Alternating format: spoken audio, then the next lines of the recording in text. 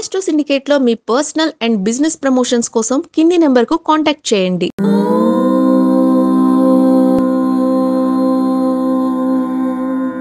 ఓం శ్రీ గురుభ్యో నమః. హరి ఓం.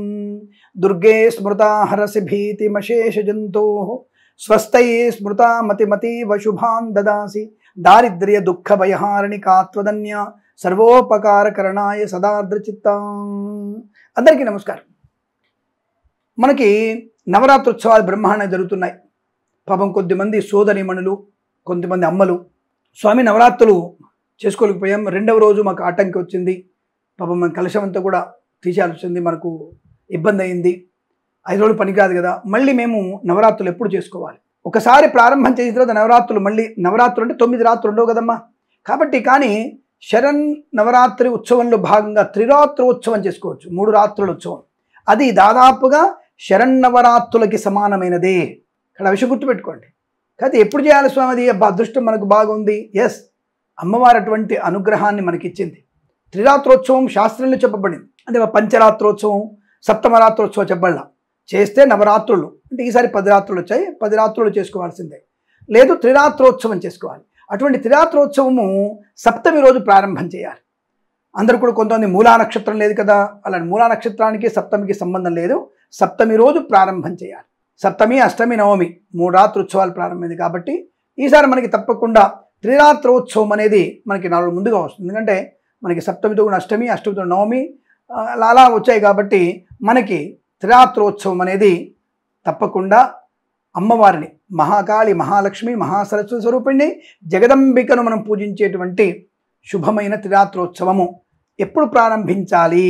సెప్టెంబర్ 28వ తేదీ ఆదివారం. సెప్టెంబర్ 28వ తేదీ ఆదివారం రోజున మనం త్రిరాత్రి కలశ స్థాపన చేసుకోవాలి. ఆశ్వయుజ మాసంలో శుక్లపక్ష శుద్ధ సప్తమి రోజున మనకి త్రిరాత్రి కలశ స్థాపన కావించుకోవాలి. తప్పకుండా ఆ రోజు సరస్వతి ఆవాహనం చేయాలి, అమ్మవారిని ఆవాహనం చేసుకోవాలి. మర్నాడు లక్ష్మీ ఆవాహనం, తర్వాత మహాచండిక ఆవాహనం చేసుకోండి, దుర్గా ఆవాహనం. సరస్వతి, లక్ష్మి, దుర్గా ఆవాహనం చేయాల్సిన అవసరం ఉంటుంది. ఇక్కడ మీరందరూ కూడా 9 రోజులు చేసుకోలేకపోయినటువంటి వ్యక్తులకి 3 రోజులు చేస్తే 9 రోజుల ఫలితం దక్కుతుంది మీకు. ఆ 3 రోజులు నిష్ఠగా ఏమిటి? కలశ స్థాపన చేసి కలశంలో అమ్మవారిని ఆవాహనం చేసి దుర్గా సూక్త మంత్రాలతో, శ్రీ సూక్త మంత్రాలతో మొదటి రోజు సరస్వతి అష్టోత్తరాన్ని, రెండవ రోజు అంటే అష్టమి రోజున దుర్గా అష్టోత్తరాన్ని, నవమి రోజున చాముండి అష్టోత్తరాన్ని లేదా దుర్గా అష్టోత్తరాన్ని, లక్ష్మీ అష్టోత్తరాన్ని ఇలా చదువుకునే ప్రయత్నం చేయాలి. మహాకాళి, మహాలక్ష్మి, సరస్వతి. కాబట్టి 3 రోజులు సరస్వతి, దుర్గా, లక్ష్మీ అమ్మవారి అష్టోత్తరాన్ని చదువుకోవాలి. మొదటి రోజు తప్పకుండా మీరు సరస్వతి అష్టోత్తరం, రెండవ రోజు దుర్గా అష్టోత్తరం, మూడవ రోజు లక్ష్మీ అష్టోత్తరం చదువుకోవాలి. చాముండికి అష్టోత్తరం చదువుకొని దశమి రోజున కలశోద్వాసన చేసుకోవాలి ఉదయం పూట. ఆ విషయాన్ని గమనించుకోండి. తప్పకుండా మీరు ఆనందకరమైనటువంటి అమ్మ అనుగ్రహాన్ని పొందుకోవాలి. త్రిరాత్రోత్సవం కూడా సాక్షాత్తుగా శరన్నవరాత్రోత్సవాలకి సమానమైనదే, అది గుర్తుపెట్టుకోండి. ఇక్కడ మీరు ఏ కంగారు పడక్కర్లా. ఆ 3 అమ్మలని మనం ఎంతైతే మనం అమ్మని పూజిస్తున్నామో వాళ్ళ ఇళ్లలో ధనానికి లోటు ఉంటుందా? విజ్ఞానానికి లోటు ఉంటుందా? సరస్వతి అమ్మవారు ధైర్యానికి లోటు ఉంటుందా? ఆడపిల్లలే కాళికా సమానులు, లాలిత్యానికి మారుపేరు, ధైర్యానికి ప్రతీకలు మా యొక్క భారతీయ సనాతన సంప్రదాయాన్ని పాటించేటువంటి శ్రీమూర్తులు అని చెప్తాను. అంతటి ధైర్యవంతులు, జ్ఞానవంతులు కూడా సరస్వతి వాళ్ళే. ఇంటిని మెయింటైన్ చేయగల శక్తి వాళ్ళకు ఉన్నప్పుడు ఆఫీసు లెక్కన అత్తగారికి ఏం కావాలి, మామగారికి ఏం కావాలి, అత్తగారు ఏ సమయంలో తింటారు, ఏం తింటారు, మామగారు ఏ టైంలో బయటికి వెళ్తారు, భర్త గారు ఎలా ఉంటారు, మరిది గారికి ఏం చేయాలి, మా బావగారికి ఏం పెట్టాలి, తోటికోడలు వస్తే ఏం చేయాలి, ఆడపడుచుకి ఏం చేయాలి. ఒక వ్యక్తి అన్ని రకాల వ్యక్తుల యొక్క స్థితి అన్నిటినీ కూడా తెలుసుకొని వారికి ఏమేమి చేసి పెట్టేటువంటి పెద్ద కోడలు. ఎప్పుడంటే మనకి నాకు కాపురం వేరుంటేనే పెళ్లి చేసుకుంటానటువంటి దౌర్భాగ్యులు వచ్చారు. కానీ ఒకప్పుడు అలా లేదండి. సకుటుంబంలో అందరు, ఉమ్మడి కుటుంబంలో అందరు కలిసి తోటికోడలతో పెద్ద కోడలు పెత్తనం చేస్తూ అందరికి ఏం కావాలో చూసేటువంటి అటువంటి శక్తి ఉత్తి ఉన్నది. కాబట్టి స్త్రీకి నా యొక్క సనాధర్మంలో సరైనటువంటి గౌరవం ఉంది. అటువంటి శక్తి సామర్థ్యం ఉన్నటువంటి స్త్రీమూర్తి నా యొక్క భారతీయులందుకు నేను సంతోషపడుతున్నాను. ఆ శక్తి దుర్గగా, ఆ జ్ఞానం పిల్లలకి చిన్నప్పటి నుంచి పురాణ ఇతిహాసాల కథలుగా చెబుతూ వాళ్ళలో మనోధైర్యాన్ని నింపుతూ విజ్ఞానవంతులుగా మార్చేటువంటి శక్తి ఉన్నటువంటిదే నా సరస్వతీదేవి, నా శ్రీశక్తి, నా శ్రీమూర్తి. అలాగే తను ఎక్కడ ఉంటే పరిశుభ్రమైనటువంటి వాతావరణం, పరిశుభ్రమైనటువంటి మాటలతో తనకి ఉన్నతమైనటువంటి స్థితిని పెంపొందించగలిగేటువంటి శక్తి లక్ష్మీప్రదం. ఆనందాన్ని పంచేపుతుంది.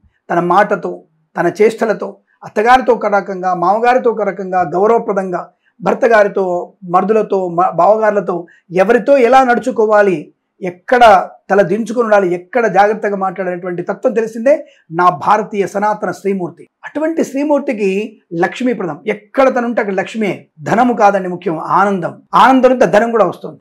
ఆనందానికి ప్రతీక అంటే నా శ్రీమూర్తి లక్ష్మీప్రదమైన శ్రీమూర్తి. అందుకనే మహాకాళి, మహాలక్ష్మి, మహాసరస్వతి స్వరూపమైనటువంటి ఆ యొక్క అమ్మలగన్నమ్మ త్రిరాత్రోత్సవంగా మనము 28 సప్తమి రోజున ఉదయం ప్రాతకాలంలో 7 గంటల లోపే కలశ స్థాపన చేసుకోవాలి. అద్భుతమైనటువంటి సమయం అది. కాబట్టి అమ్మవారిని పూజిస్తూ, మన ఇంట్లో ఉన్నటువంటి లక్ష్మీదేవులని, సరస్వతులని, దుర్గాదేవుని పూజిస్తూ, అదేనండి మన అమ్మని, చెల్లిని, సోదరిని, భార్యని ప్రేమిస్తూ, గౌరవిస్తూ, వాళ్ళందరిలో కూడా మనము ఆత్మస్థైర్యాన్ని నింపుకుంటూ ఆ అపరాజితాదేవి పూజ చేసుకోవడం అనేది గొప్ప భాగ్యం. కాబట్టి నవరాత్రులు చేయలేదన్నటువంటి భావన లేకుండా, బాధపడకుండా త్రిరాత్రోత్సవాలు జరుపుకోండి. అదృష్టం మీతో ఉంటుంది. నవరాత్రి సంపూర్ణమైనటువంటి ఫలితాన్ని పొందుకుంటానలో సందేహం లేదు. కాబట్టి మీరు అమ్మని తప్పకుండా శ్రద్ధగా పూజించి దసరా పండుగను ఇంకా అద్భుతంగా జరుపుకోవాలని కోరుకుంటూ, సర్వే జన సుఖినో భవంతు. ప్రేమతో మీ కిరణ్ శర్మ.